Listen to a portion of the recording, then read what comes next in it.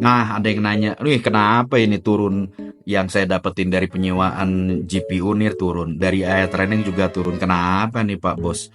Simpelnya begini teman-teman semua, bahwa itu semua karena terhubung dengan suatu hukum yang namanya hukum permintaan dan penawaran.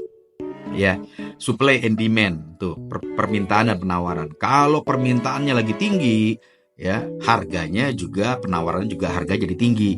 Kalau lagi permintaannya lagi sepi, ya pasti sepi juga gitu, turun cenderungnya. Nah, kenapa hal itu terjadi di base ini, apa yang lainnya juga nggak terjadi? Ya terjadi juga kalau Anda cek juga di pasar tuh ya, harga ayam misalnya, ya harga ayam hari ini Anda cek sekian, besok Anda cek bisa jadi dia naik tuh, besok lagi, lusanya lagi Anda cek dia naik lagi tuh, ya besoknya lagi Anda cek lagi bisa dia turun, koreksi lagi. Tapi ada juga momen tertentu begitu Anda cek harganya bisa 40.000. Kenapa? Karena di momen itu semua, banyak orang lagi butuh yang namanya ayam. Ya mungkin ada perayaan hari raya seperti itu. Itulah hukum permintaan dan penawaran. Telur juga kayak begitu. Para pebisnis telur itu udah tahu sekali gitu. Telur harganya coba Anda cek sendiri kalau ke warung biasa gitu ya kan. Dia naik dan turun gitu setiap hari itu kayak begitu. Sama seperti di bisnis ini. Jadi Anda terima, saya juga terima, hari ini turun, besok naik. Besoknya lagi, lusanya turun lagi, terus naik lagi, dan seperti itu. Kenapa? Karena di sini kita bukan pegawai, di sini kita tuh investor. Ya, pahami dulu, ini adalah literasi atau mindset yang mendukung Anda untuk paham di dunia namanya finansial. Oke? Nah, yang paling penting adalah Anda lihat big picture-nya. Anda coba lihat zoom out, lihat gambaran utuh 4 tahun kontraknya. Jangan ngelihatnya per bulan, apalagi ngelihatnya per minggu. Yang paling parah ngelihatnya per hari. Padahal jelas Anda dikontrak 4 tahun. Ini gimana ini? Tapi kita belajar di sini ya. Sama-sama belajar. Nah, apakah hanya cuma sekedar hukum permintaan penawaran? Enggak. Ada juga yang namanya tergantung dari uh, biaya produksi, ya, produksi atau cost operasional. Kenapa? Karena namanya GPU ini teman-teman, itu dia memang ada cost operasionalnya, listriknya tuh ada. Ya, listriknya ada untuk dia bisa bekerja dan dia harus tetap cool, dingin, itu kan pakai listrik. Nah, kalau harga listriknya naik, kira-kira Anda nggak mau gitu ngerasain harga listrik naik, bebannya itu nggak mau dari penurunan harga, nggak mau. Ya nggak bisa kayak gitu. Ya sama kayak misalnya orang petani itu, ya, kok ini kenapa nih harganya naik sekarang nih, capek nih. Iya Pak, pupuk lagi naik. Nah, itu sama aja teman-teman.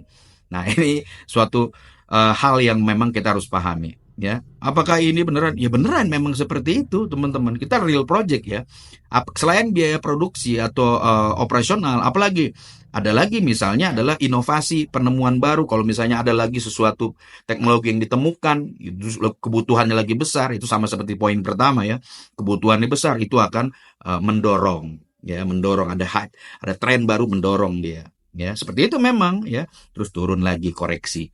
Ada lagi enggak? Ada juga, misalnya kebijakan pemerintah, ya, kebijakan pemerintah yang ya seperti kemarin ada juga ya. Ini panjang ceritanya. Yang jelas itu adalah beberapa faktor-faktor yang membuat suatu emiten atau suatu hal itu, bisnis dan investasi itu naik dan turun. Komoditas itu naik dan turun, ya. Oh, ini pinter nih ngomong nih, enak sih soalnya dia masih tetap dapetin yang lain. Ya, saya dapetin dari sisi aktifnya. Kalau tadi kan pasif, kita sebagai pasif ya sudah, itu adalah instrumen naik dan turun yang memang diperlukan dalam sebuah investasi. Di bisnis juga sama. Walaupun Anda mengatakan, oh enak, dia sudah dapetin puluhan dolar per minggu, atau ratusan dolar per minggu, atau bahkan sudah ribuan dolar per minggu. Iya, tapi Anda juga harus tahu itu juga naik dan turun. Ya bisnis ya kan. Ini adalah suatu yang disebut life, real life, kehidupan nyata. Ya, hidup gitu ya. Kenapa ya? Kalau kita misalnya ke rumah sakit, ke ruang gawat darurat, ada orang terbaring di sana, monitornya itu udah tut, itu artinya sudah koit dia itu. Dua salam tuh. Ya, tapi kalau masih ada tit tut tit tut, nah itu berarti masih ada kehidupan di sana. Nah, Anda mau hidup atau mati? Ya. Nah, welcome to the world of investment, ya, apalagi kita di era teknologi GPU dengan blockchain-nya, dan welcome to business. Bisnis ini juga menarik, makanya semua hal-hal yang bisa memberikan rezeki dari Zenkira, sabet semuanya, itu namanya cerdas tuh. Pasifnya dapat, aktifnya juga. Pelan-pelan minta bantuan.